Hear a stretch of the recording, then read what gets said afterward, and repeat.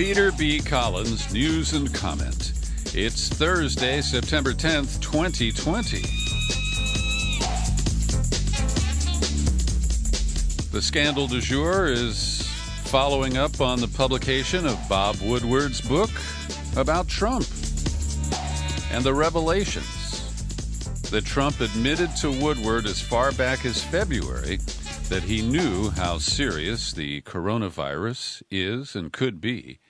And despite that, his public comments were contradictory to the private remarks that he made to Bob Woodward.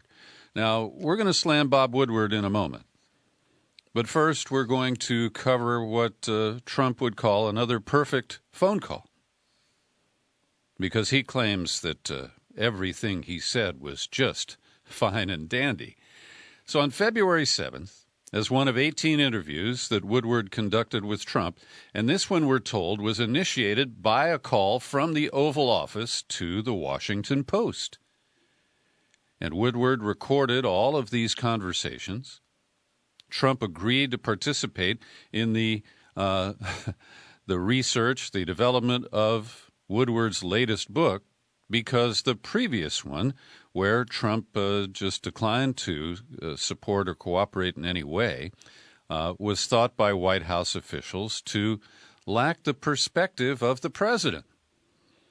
So Trump, who is a compulsive liar and a narcissist who really needs the attention, he kind of figures, just spell my name right, and anything you say about me is going to be fine, because my base doesn't care what I say.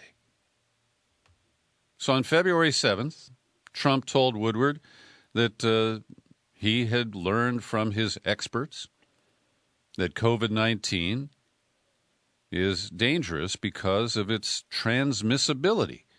You just breathe the air, he said, and that's how it's passed. So that's a very tricky one. That's a very delicate one. It's also more deadly than even your strenuous flus. But just 3 days later, he told a Fox Business anchor, "We're in very good shape. We have 11 cases, and most of them are getting better very rapidly. I think they will all be better." Less than 2 weeks later, he told reporters, "We have it very much under control." Toward the end of the month, this is almost 3 weeks after he confided in Woodward, he said it's a little like the regular flu that we have flu shots for, and will essentially have a flu shot for this in a fairly quick manner. 2 days later, at a rally in South Carolina, Trump denounced Democrats, calling this the virus their new hoax, following the Russia investigation, the Ukraine investigation, and the failed impeachment. So you've probably heard about this in the mainstream media. It is embarrassing for Trump. And Joe Biden has pounced. We'll get to his comments in just a moment. But before I go any further, I've got to excoriate Bob Woodward. We'll hear some of his excuses in a moment. But apparently, as I joked with a friend on Facebook yesterday, Bob Woodward took the path of John Bolton, and maybe Bolton even gave him free advice on this. He said, "Don't reveal anything that might change the course of human events." In Bolton's case, the attempted impeachment. In Woodward's case, the body count from COVID-19. And so this is a sordid episode where the mutual back-scratching, the access that Trump granted to Bob Woodward, was exchanged for Woodward holding on to this story until September in order to publish it in his book. We know that Bob Woodward's going to make a lot more money on this book than he does by operating as a reporter and editor at the Washington Post. So Joe Biden lapsed into coherence and had some very strong remarks in response.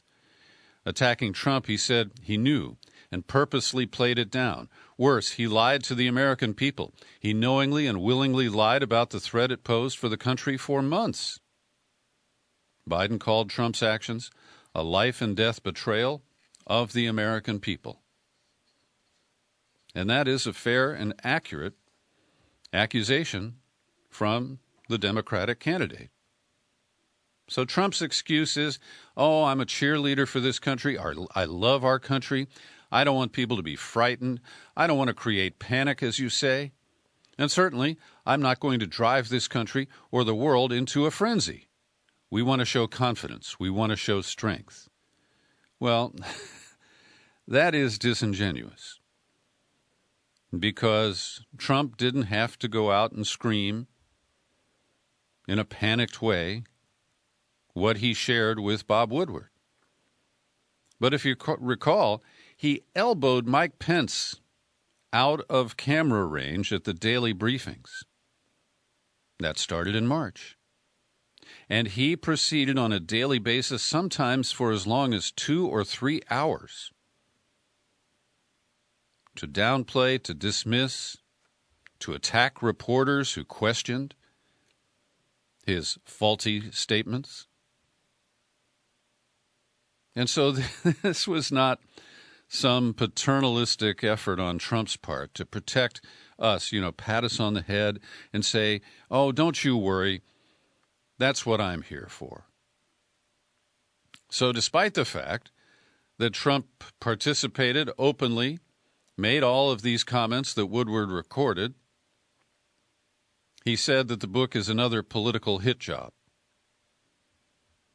And it appears that White House staffers were aware of Trump's concern about this book coming out in recent weeks, because he told advisors that Woodward's book was likely to be negative. And so we have the opportunism of Trump, which knows no bottom, and the opportunism of Bob Woodward, who was once a very respected journalist. As a young talk show host in Chicago, I covered the Watergate scandal. And the work of Woodward and Bernstein in the Washington Post was essential to exposing the Watergate cover-up that led to Nixon's near impeachment and his resignation. And over at the White House today, Kayleigh McEnany, who couldn't find the truth if it sat on her face, she said that when asked whether Trump had deliberately misled the American people, absolutely not. And then she went on to add, the president has never lied to the American public on COVID. The president has been clear-eyed with the American people. And anybody who is even halfway objective about Trump knows what a congenital liar he is, how much he bullshits.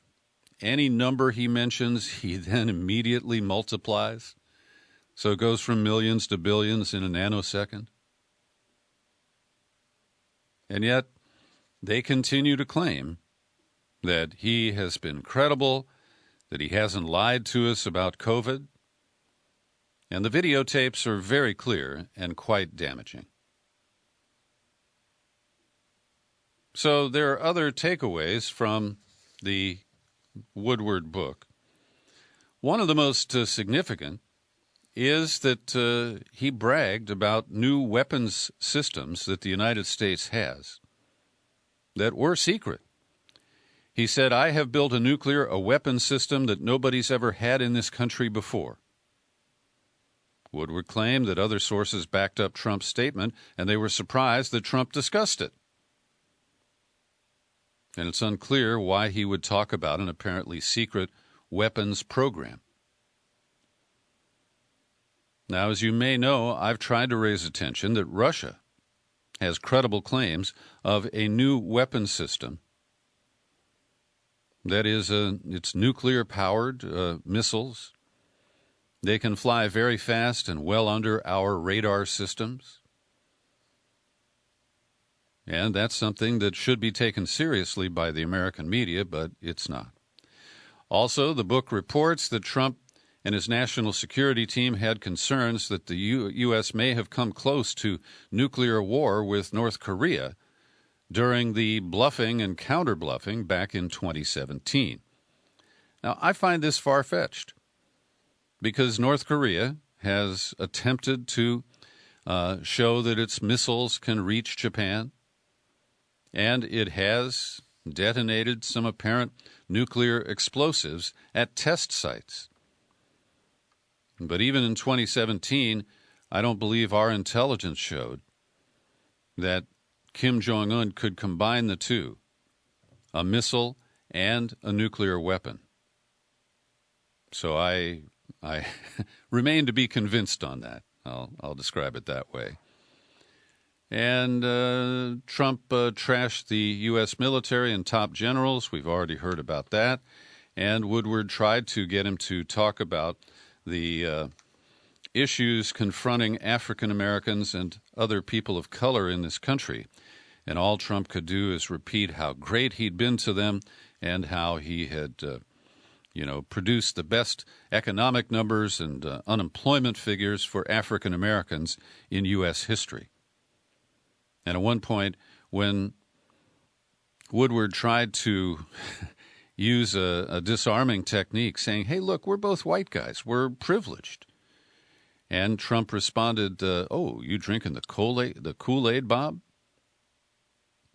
So I want to credit David Sirota, because late yesterday he was the first to pounce on Bob Woodward, noting that he had suppressed the audio tape that definitively proves that Trump has been misleading the country about the danger of the coronavirus.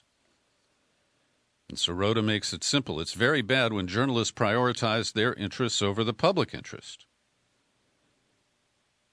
Sirota writes, Trump committed a crime against humanity that he should be held accountable for, and the nation's most famous journalist knowingly helped him. If you aren't mad about both things, then you have decided to lobotomize yourself and become a part of the problem. In this case, Woodward knew of the danger of Trump. He published his first book about him in 2018, where he described just how over his head Trump is as president. And Sirota builds on that with, and yet knowing that risk assessment, Woodward nevertheless prioritized his interest in selling more books and in maintaining White House access above the journalist's obligation to publish information, both proving Trump was lying and warning the public about a dangerous situation at the very moment the public was in the dark. And today Trump tweeted, again trying to say that it was a perfect call, Bob Woodward had my quotes for many months. If he thought they were so bad or dangerous, why didn't he immediately report them in an effort to save lives? Didn't he have an obligation to do so? Well, Trump's an idiot for raising that question about his own vulnerabilities here. But, of course, he has the answer. No, because he knew they were good and proper answers. Calm, no panic. And I would add, perfect call. Just like the one with Zelensky in the Ukraine. So I think this is an important issue.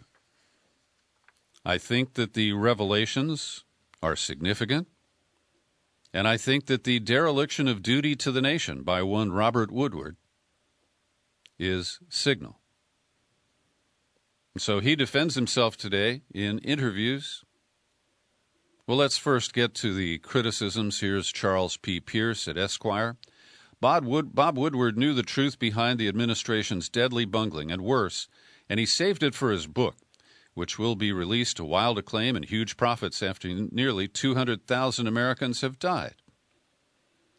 At Adweek, a publication that is not known for any kind of critical commentary, Scott Nover writes, these interviews about COVID-19 were done in February and March. Why are we learning about it in a book published in September? Isn't there a journalistic imperative to publish this information in a timely manner, especially during a pandemic? This is really troubling. As journalists, we're supposed to work in the public interest. I think there's been a failure here. Yeah, that's coming from Adweek. That's a trade publication. But in a friendly interview with the Post's media columnist Margaret Sullivan, maybe their offices are adjacent, Woodward said that he held back because at first, he said, the biggest problem I had, which is always a problem with Trump, is I didn't know if it was true. My job is to understand it, to hold him accountable, and to hold myself accountable. I did the best I could, squirmed Bob. And he continued, if I had done the story at that time about what he knew in February, that's not telling us anything we didn't know. That was a demarcation line for me, Woodward remarked. Had I decided that my book was coming out on Christmas, the end of the year, that would have been unthinkable. But let's be charitable. He claims in May it all became crystal clear to him. So let's even skip May, June, July, August. That's 90 days when tens of thousands of people have been reported to have died in connection with COVID-19. And so, Woodward, I'm sorry. Your explanations are weak, and you bring contempt to the field of media and journalism. And let's take a second here to serve up what Trevor Noah had to say about this on his show last night. Back in February and March, Donald Trump was very confidently saying that the coronavirus was not a big deal and it was basically just like the flu. But since then, we've all learned that that was bullshit. Well, today it's come out that Trump privately knew that it was bullshit. Stunning breaking news. President Trump, in his own words, making clear he knew about the dire threat of the coronavirus very early on, at a time he repeatedly told the American people they were safe. He deliberately withheld information from the American people, repeatedly concealed details about the gravity of this threat because, in his words, he didn't want to create a panic. It's a very tricky situation. It goes through air, Bob. That's always tougher than the touch. You know, the touch, you don't have to touch things, right? But the air, you just breathe the air. That's how it's passed. It's also more deadly than your strenuous flus. This is 5% versus 1% and less than 1%. So this is deadly stuff. Well, I think, Bob, really, to be honest with you, sure, I want you to. I wanted to always play it down. I still like playing it down. Yes, because I don't want to create a panic. You didn't want to create a panic? You didn't want to create a panic? So what did you want? For people to very calmly be dying in the streets? What's wrong, buddy? I'm dying. But it's chill. And also, since when is Donald J. Trump concerned about creating a panic? That is literally his favorite thing. Cities are burning, suburbs are collapsing, caravans of Antifa Mexicans are committing Muslim voter fraud. His campaign slogan is basically, look out behind you. But yes, thanks to audio tapes of interviews Trump did with Bob Woodward back in February and March, we now know that he was fully aware of how the virus was transmitted and how deadly it could be. And yet, in public, he told everyone there was no reason to be afraid. And look, I get that as a leader, you don't want people to panic. But you also want to inform the people so that they can be safe. If a plane is crashing, a pilot will tell you to remain calm, but they'll also tell you to fasten your seatbelts and brace for impact. If Trump was a pilot, he'd be like, attention all passengers, everything's fine. Seatbelts are for snowflakes. And if you want to stretch your legs, now's the perfect time. Bye-bye. So that is Trevor Noah from The Daily Show last night. And by the way, I usually end my day by viewing that program. And I have to say that he has been working hard while other comics on late-night TV have been more or less phoning it in from their homes or wherever else they're originating from these days. So I did a quick search of the New York Times before making this next comment. Buried in a news summary today about COVID-19 is a short report from London. The U.S. extradition hearing of Julian Assange, the embattled WikiLeaks founder, which began in London this week, was abruptly halted on Thursday after a member of the prosecution team may have been exposed to the coronavirus. And my comment, based on that search, is we interrupt our blackout of the Assange extradition hearing to report that it has been temporarily suspended. So in looking at the New York Times, the only coverage were pretrial scene setters. Both were published on September 7th. And they haven't bothered to cover the trial, even in short headline form, as it progresses day by day. But alternative media outlets like Consortium News are doing an excellent job.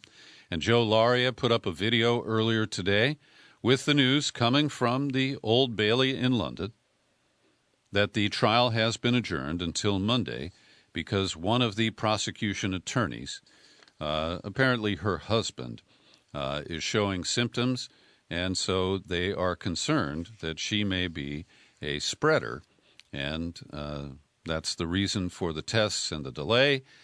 Judge Baratzer seemed to want to continue the trial by video, but one of the lead prosecutors said, well, my computer charger is in the courtroom.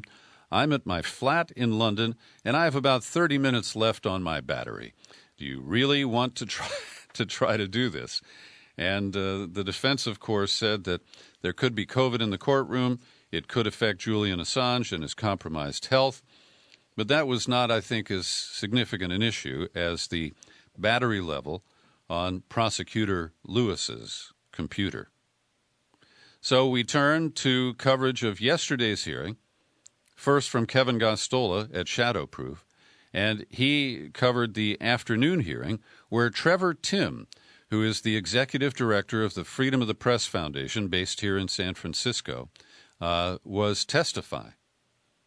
And the critical issue that we need to focus on is that the extradition treaty between the United States and Great Britain says that you cannot extradite a person who is being sought for a political prosecution.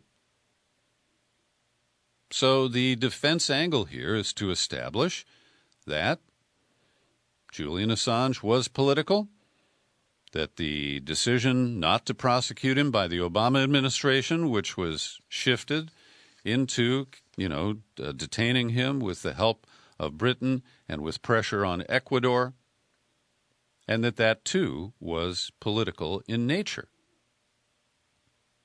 So the aforementioned prosecutor, Mr. Lewis, stated that it's the prosecution's position that Assange is not a journalist. Trevor Timm acknowledged this position but maintained it doesn't matter whether the U.S. government considers Assange a journalist. He said the New York Times doesn't need an issued press pass to have First Amendment rights. Plus, it is beside the point whether Assange is a journalist because he engaged in First Amendment activities.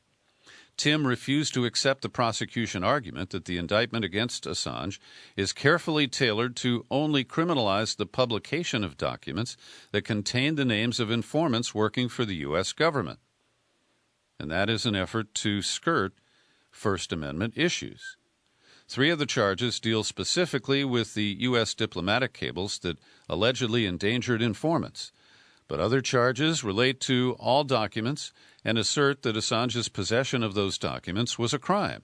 If he committed a crime, so have other journalists, Timm asserted. Lewis asked Timm if a responsible journalist or any journalist would publish the names of a third party when it was unnecessary to publish that name. And Timm astutely declared, according to Gosztola here, that the idea of who is or is not a responsible journalist is different from what is illegal or legal conduct. No U.S. court has ever said such publication would be illegal. And Trevor Timm maintained the U.S. government shouldn't be in the business of determining which newspapers or media organizations exercise sound editorial judgment or not. The question should be whether what WikiLeaks did in publishing those cables was illegal, and it was not. Now we shift to the coverage of Craig Murray, the former UK ambassador, and he has access to the actual courtroom, one of just a handful of people with that privileged position. And he starts with yesterday's morning session with the testimony of defense witness Professor Paul Rogers, the emeritus professor of peace studies at the University of Bradford. and he appeared by video link. And he was asked by the defense to expound on the significance of the revelations from Chelsea Manning on Afghanistan that were revealed by WikiLeaks. And he gave some of the history.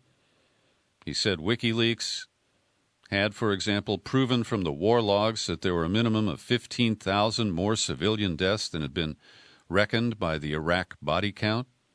These WikiLeaks exposures of the failures of these wars had contributed in large part to a much greater subsequent reluctance of Western powers to go to war at an early stage. And Murray publishes here actually parts of 2 pages of the U.S.-Britain extradition treaty, which explicitly says, extradition shall not be granted if the offense for which extradition is requested is a political offense. So, number one, we can't rely on this biased judge, Baratzer, to actually interpret that the way you and I do and declare that the extradition can't go forward because it's political. I'm pretty convinced that Vanessa Baratzer is going to find a way around that in one of her prefab rulings that she reads from her laptop. And so Murray focuses in some detail on the back-and-forth testimony by Professor Rogers under questioning. One of the prosecutors, Fitzgerald, asked whether the motivation for the current prosecution was criminal or political. Rogers replied, the latter. Fitzgerald asked whether Assange's political opinions were of a type protected by the Refugee Convention, and Rogers replied yes. He went on to say that he saw political significance in the fact that Assange wasn't prosecuted under Obama. And central to all this is an affidavit that has been submitted by U.S. Assistant Attorney Gordon Kromberg. Now, he's part of the Justice Department, and he has a history of anti-Muslim remarks. So he has submitted this this affidavit that explicitly denies there was any political motivation for this prosecution. They're trying to pretend that this is purely a criminal issue. It was just next on the list, and boy, we're just doing our jobs. So I think you'll find the detailed reporting by Craig Murray fascinating. He does an excellent job. And at the end, he lists a few comments. He says, the defense has been attempting the last 2 days to make a rational case that this is a politically motivated prosecution and therefore not eligible under the terms of the UK-US extradition treaty of 2007. In opening argument back in February, the prosecution had run a frankly farcical argument, he says, that Article 4 of the treaty doesn't apply as incompatible with British law, and an argument that Assange's activity is not political, as in law, that word can only mean support for a political party. Now, this explains the sparring on that point with Professor Rogers. And regarding Prosecutor Lewis, he says his primary tactic has been rudeness and aggression to disconcert witnesses. He questions their honesty, fairness, independence, and qualifications. Today, his bullying tactics ran afoul of 2 classier performers than he. So that is the latest from the Assange hearing, and we're told that it will be resuming on Monday. Well, we have a brand new whistleblower.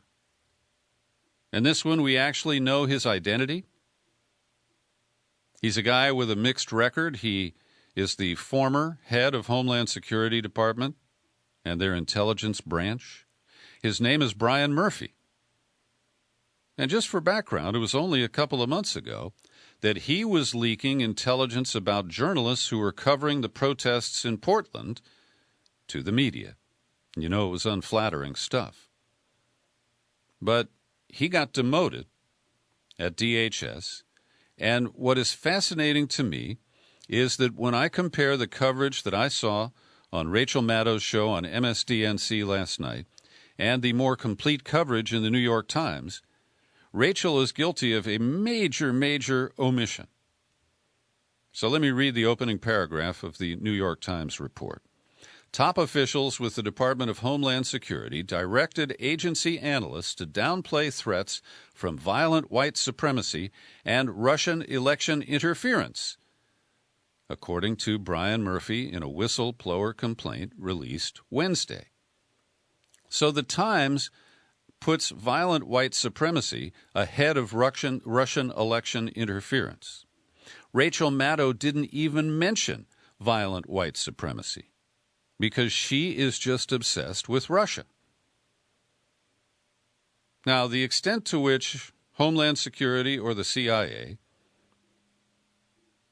the extent to which political officials who run those agencies are telling their rank-and-file officers how their intelligence reports should be shaped, what should be included and what should not, that is truly wrong. And so if Brian Murphy has actual evidence that Russia is trying to interfere in the 2020 election, it's simply wrong for his superiors, who are only acting officials to begin with, to tell him what he can and cannot report.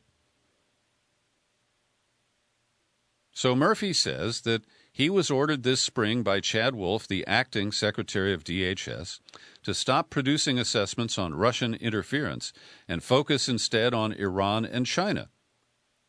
And we've seen the product of that because in the weeks since Murphy was demoted,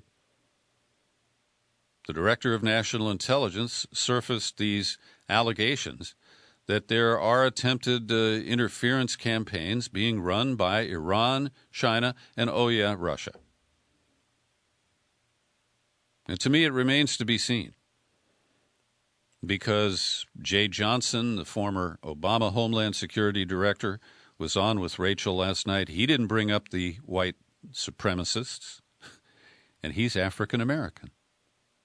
No, he focused on the threat posed by Russia. And the language that they use is so infuriating because they keep talking about how the 2016 Trump campaign posed a threat to counterintelligence infiltration or influence.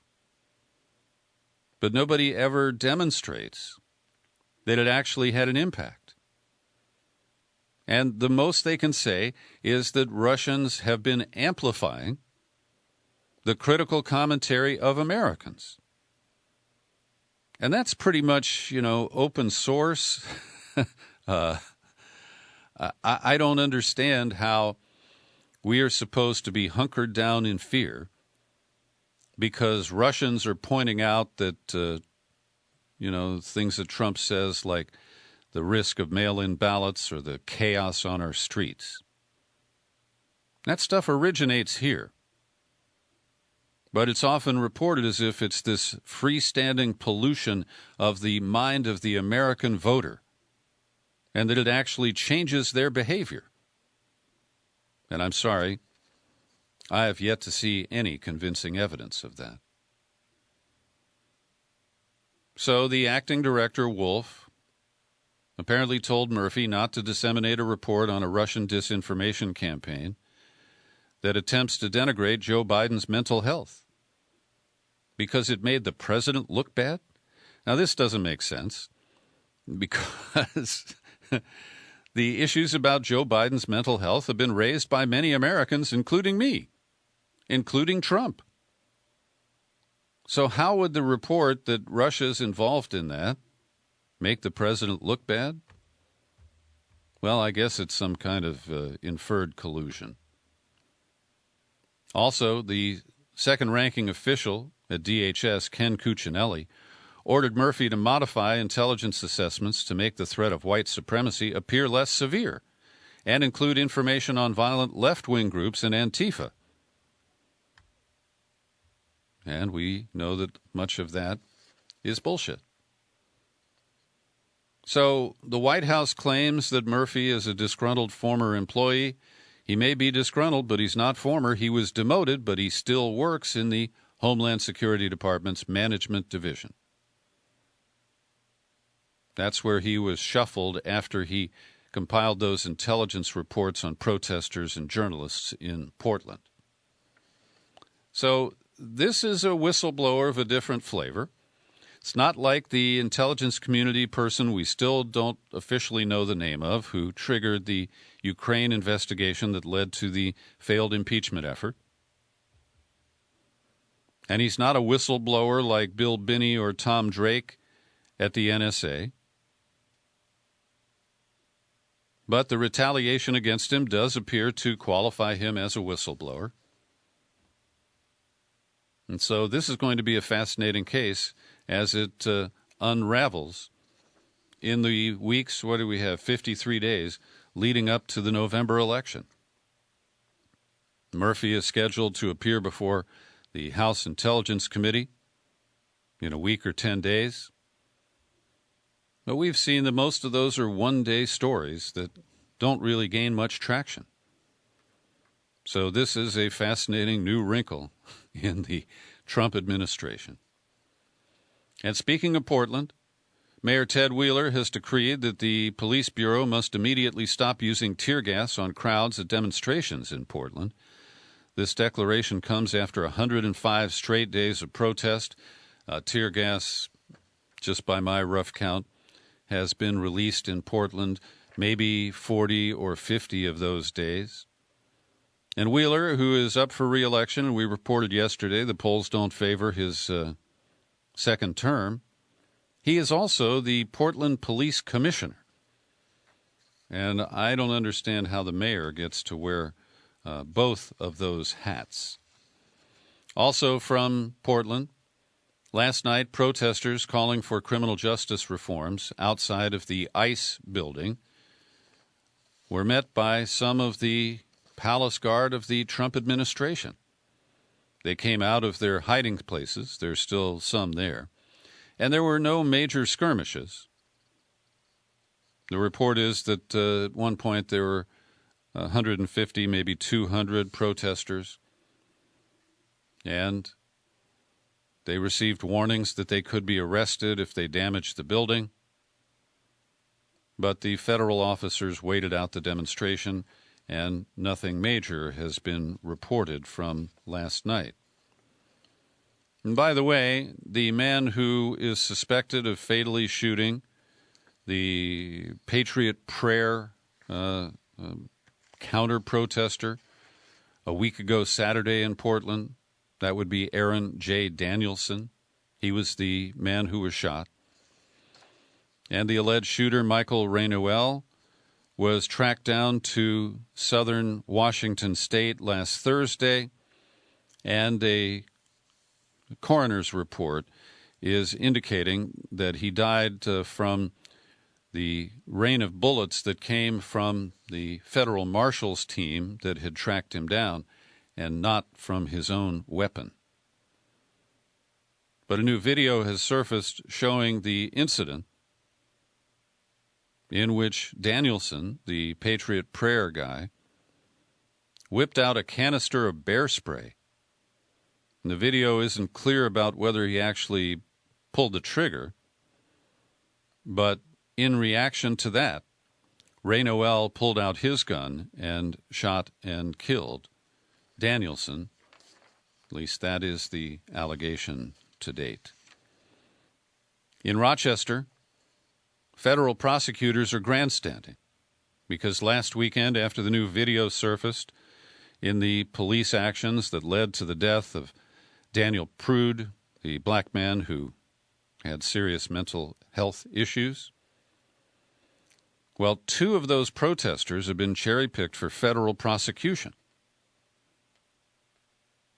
And the local authorities haven't even had time to file their own charges. So this is grandstanding to me, pure and simple.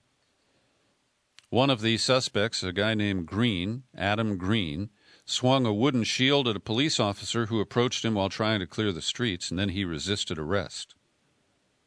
And Dallas Williams Smothers, age 20, allegedly threw a mortar-style firework at a line of officers and then ran off.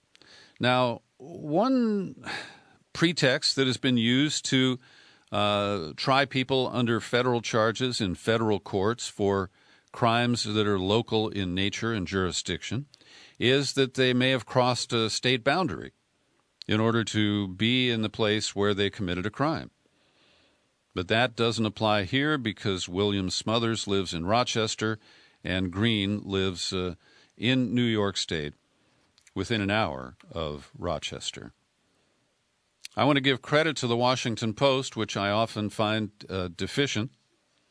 They have an excellent investigative report that I've linked to in the show file for today's podcast related to the incidents on the streets of Portland, where these unmarked vans approached people on the street and outpiled these heavily armed dudes in camo gear and riot equipment. Heavily armed, did I say that? I think so. And they just snatched people off the street without declaring who they are, why they were detaining people. And so the Post profiles 4 of these incidents, including the one with the man who was injured. His name is Mark Pettibone. And he describes the sequence of events that occurred. And ultimately, he was released without charge. And that's the case of the other 3 individuals that the Washington Post profiles. So I think it's a worthy read, and I hope you'll check it out. Then there is a new report by a man I respect, Trevor Aronson, who writes for The Intercept. And he's the one who has exposed the FBI frame-ups of hundreds of individuals in this country using paid informants and schemes that were not concocted by the suspects in these domestic terrorism cases. So at the end of August, 2 guys who were self-styled members of the Boogaloo movement, one named Michael Solomon and the other named Benjamin Teeter, they were caught on a video in a hotel room, meeting with 2 men they thought were members of Hamas, the Palestinian political and militant organization. And so this was a trap, pure and simple. And Teeter told the Hamas members that they were ready to volunteer. And curiously, the claims that they made were that they wanted to help Hamas, but they also wanted to kill American cops.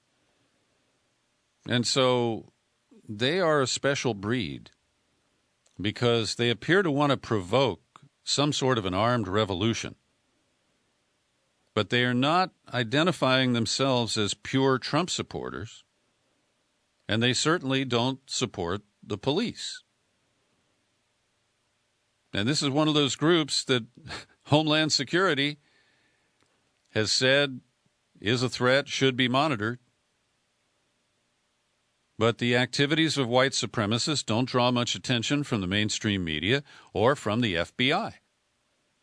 And Aronson reports that even the leadership of Hamas is deeply offended by this. A spokesman told him, Hamas is a Palestinian national movement. We have limited our struggle for freedom and independence within the boundaries of Palestine. We have nothing to do outside of these geographical territories. And the second thing is we have nothing planned, and we are not intending to plan anything against the United States. So part of this is playing on the ignorance of the would-be Mujahideen members, as they don't know diddly about Hamas, and the FBI just used that to protect or give a front to their undercover agent and paid informant. And Aronson at one point writes, as in the Mujahideen case, the threats often seem to be concocted by the FBI out of whole cloth in order to initiate charges. So it's quite a story. I've linked to it as well in the show file today, and I encourage you to check it out. Trevor Aronson has exposed the hundreds of cases And the corporate media just goes along with them, doesn't show how the FBI is what I call a rogue agency. The LA Times has an interesting report about protests in Mexico City. A group of feminists, many of whom have lost family members, mostly female, to the rampage of murders in Mexico, and they took over a government building in Mexico City, which houses the National Human Rights Commission. They've been there for a while now. They evicted government workers, they ripped paintings of revolutionary heroes from the walls, and said that from now on the federal building would be a shelter for female victims of violence. And this has drawn the ire of the allegedly progressive president, Andrés Manuel López Obrador, AMLO. And he seemed more upset because they had defaced a painting of a leader of the Mexican Revolution. AMLO said, "Of course, I don't like it. How could I like seeing Madero defaced?" He expressed sympathy for the activists, but said seizing the building was the wrong way to protest. Only back in 2006, he and his supporters blocked Mexico's main avenue for months after he complained of a rigged election. So one of the activists, Erica Martinez, says that AMLO, quote, thinks a painting has more value than a woman's life. She said she'd come to the realization that extreme acts of protest were the only effective means of bringing attention to a cause that goes back to Juarez in the 1990s. Every day I pause for a minute to thank the people who support my work here at the Peter B. Collins Podcast with your subscriptions, at least every day when I remember. People like Carl Howard, Cliff Johnson, Brian Mazzy, and Terry Paris. They all chip in $5, $10, some $20 a month, and I really appreciate their support. If you'd like to join them, all you have to do is visit peterbcollins.com/sign up. Well, this morning we didn't have the apocalyptic scene when I woke up here in Northern California, but we still have a deep overcast, gloomy skies, and lots of smoke and ash in the air. And the devastation is growing in California, in Washington, and in Oregon. I'm going to give you just a quick rundown on some of the fires. The fatalities now have produced 7 new statistics.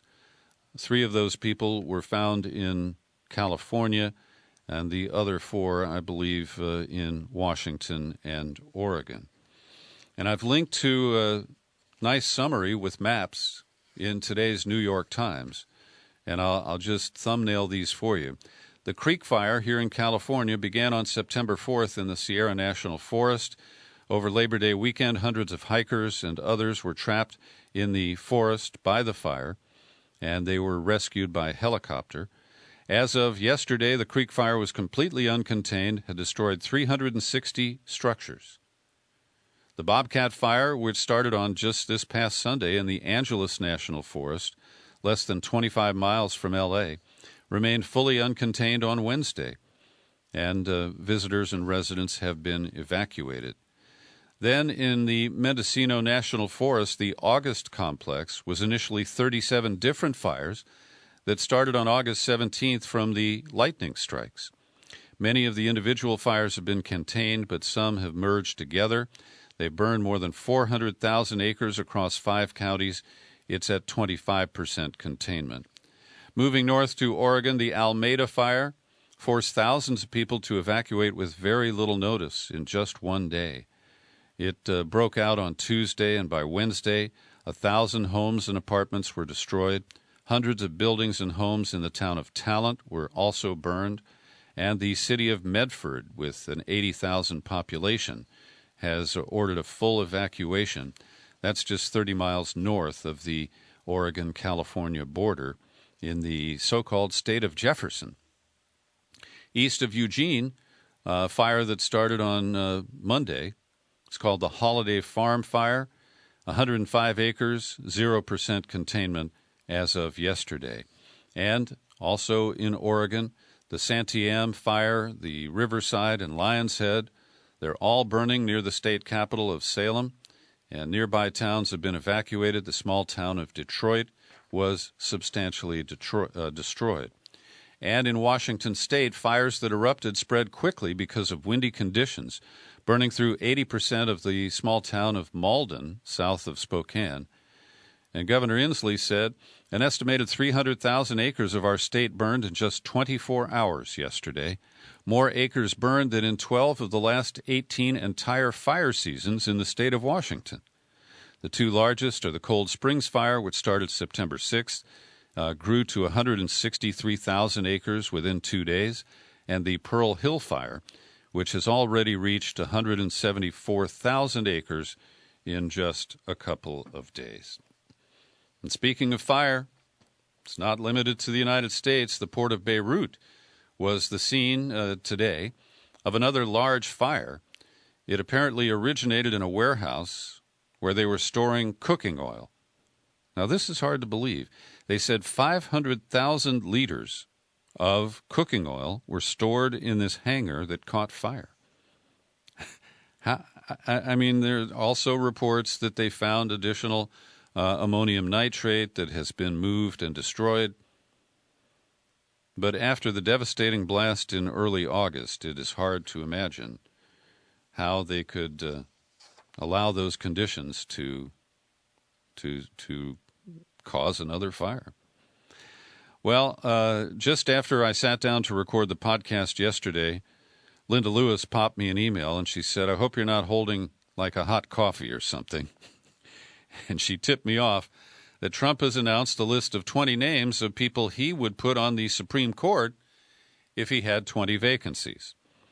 And of course, Trump exaggerates. He said the next president will choose hundreds of federal judges and up to 4 Supreme Court justices. That's pretty unlikely, 4.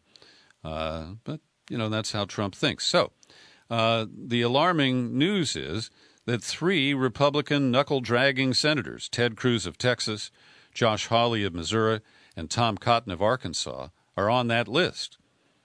Now, the relief is that Cruz and Hawley have said, "What an honor, but I'm not interested." And the frightful part is that Tom Cotton is interested, and he articulated that he would help overturn abortion rights if he's put on the Supreme Court.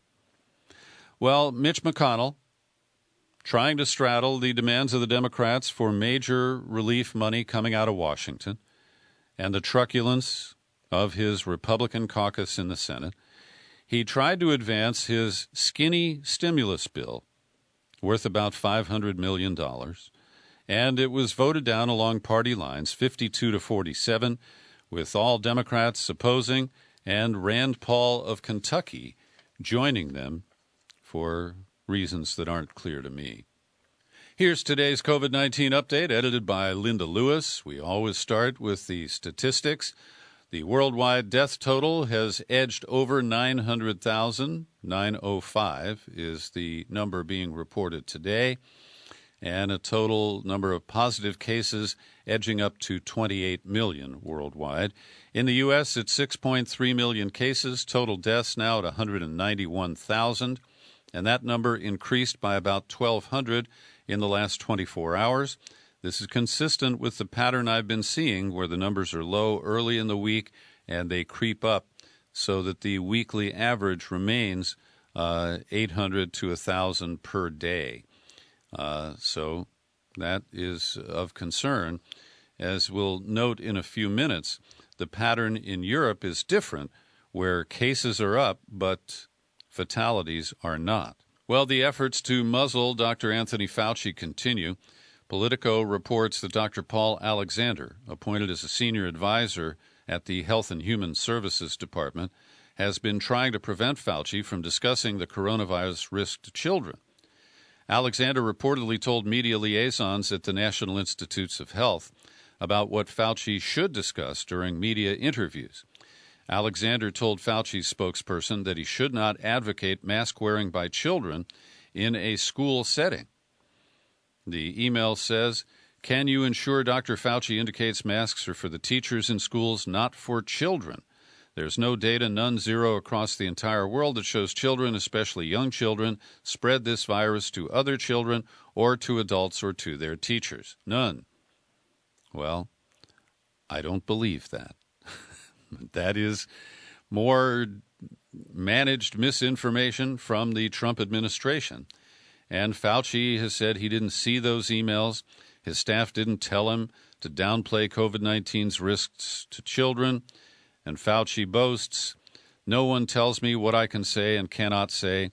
I speak on scientific evidence. I wish that were true all the time. A CNN investigation into the treatment remdesivir finds that doctors in several developing countries report ample supplies of the drug, while U.S. patients have faced shortages. So in Texas this summer, during the surge, Dr. Thomas Patterson said he only had enough of the antiviral drug for about a third of his patients. But in Bangladesh, Dr. Ahmadul Kabir said, we have no shortage of remdesivir in our hospitals. Bangladesh is a third world country, and we have sufficient amounts. It's really surprising the U.S. doesn't. Well, and an issue here is that the U.S. does not allow generic versions of remdesivir because it is patented by the profiteering firm Gilead Sciences. Gilead claims it has enough remdesivir to meet demand, but doctors interviewed by CNN say they don't always have a supply that's available for all their patients. And the Trump administration could allow for a generic of remdesivir, but they haven't. Scientists at the South China Agricultural University and Guangdong Academy of Agricultural Sciences found evidence that the virus can survive for 8 days at 39 degrees Fahrenheit, the approximate temperature at which fish are transported. Quote, SARS-CoV-2 contaminated fish from one country can be easily transported to another within a week, thus serving as one of the sources for international transmission. But when you drill down on the statistics, China's customs agency said in a report that 6 out of 500,000 packages that have been inspected tested positive for the virus. That is a risk, but a very low one. And Linda adds info from the CDC website. Workers involved in seafood processing are not exposed to COVID through the fish and other seafood products that they handle. However, their work environments, processing stations, and other areas may increase their risk of getting infected with the virus. And Linda adds this comment, one can infer that opportunities exist for cross-contamination between workers and the seafood they handle. However, the CDC doesn't specifically say so, and she says she's found no reports that the FDA is actively monitoring and investigating in order to rule out this transmission risk. And there are reports of spiking of positive cases in different countries. In France, they reported almost 10,000 new COVID-19 infections today, the highest ever total in a single day since the pandemic began. There is also a report of 3,000 new cases, the fifth day in a row in the United Kingdom, where the infections have been detected in excess of 2,000. And I want to thank Olivier de Merlot because he sent me a link to another brief video, which is produced and anchored by a man named Ivor Cummins. And he advances a fascinating theory, and he provides data to back it up, about what he calls a case-demic. Now, he doesn't deny that there was a spike of infections, a true epidemic, in the first part of this year in nations in Europe. But he notes by comparing the reports of new cases with the actual fatalities, and it shows that it's what he calls a case-demic. We're seeing a lot of cases, but very few deaths in the European countries that are affected. So we'll continue to watch that trend. I am not seeing that show up explicitly in the United States so far. The federal government has announced, oh, and by the way, I've linked to the video from Ivor Cummins, or Ivor, and I encourage you to watch it. It's under 10 minutes, and I think it offers some compelling information. The federal government will halt its policy of screening international travelers for coronavirus symptoms at 15 designated airports across the United States.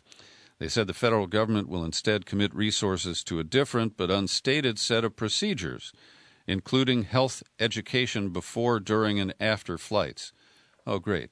Another video on the plane that everyone will ignore. Anyway, I don't have a strong opinion about that. If taking people's temperatures isn't revealing much, there isn't much point in doing it.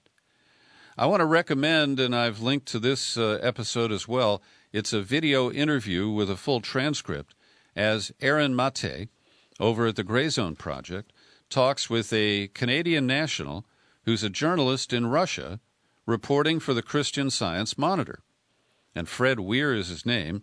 He has been covering Russia for some time now.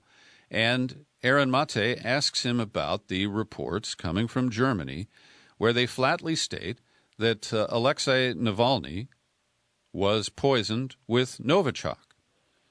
And Weir has some very interesting comments. First, he says, you have to understand that while Putin does manage the country effectively, he doesn't control everything. And when you have a character like Navalny, who's part of the extra-parliamentary opposition, he is a marginal figure. He's definitely on the margins, says Weir. But Russia, being the type of opaque and certainly rigid centralized state that it is, the authorities consider him to be a threat. He said what happened to him is scary and horrifying, but it's kind of hard to see it having been ordered by Putin. And he said, look, the Russian secret services know how to kill somebody. Quote, they know how to kill efficiently and without creating a really loud, scandalous trail leading to themselves. And the use of anything by the name Novichok does plant a flag that says Russian secret services and Kremlin. He goes on to note that while Alexander Litvinenko, who was poisoned with polonium, did die, that most of the other people who have been poisoned, including the former Russian spy, Skripal, in Salisbury, England, they've all survived these incidents. And he floats the idea that this could be, and he says this is a conspiracy theory circulating in Russia now, that it could be Western interests who staged this as a false flag action to be blamed on Putin and the Kremlin. So I think it's an important counter to the corporate media reporting, which has shown zero skepticism, looking for zero proof. Just the German government said it's Novichok, therefore it is. And that's what happened with the Skripals in Salisbury, England. And while I do not have evidence either way, my skepticism remains very strong. And finally today, we say farewell to one of the founders of Kool and the Gang. Ronald Collis Bell was fascinated by jazz. He was influenced by Richie Havens. He went through a Motown phase. The band went through a disco phase. They resurfaced as kind of a overproduced, jazzy, I guess smooth jazz sound. But I have to say that the work of Kool and the Gang has always been extremely catchy, highly danceable, and I salute Ronald Bell for entertaining millions over the years. Thanks for listening to my daily news and comment podcast. You're free to share it all over the place. You'll find it on YouTube, and I remain Peter B. Collins. Happy trails to you until we meet again. Happy trails to you. Keep smiling.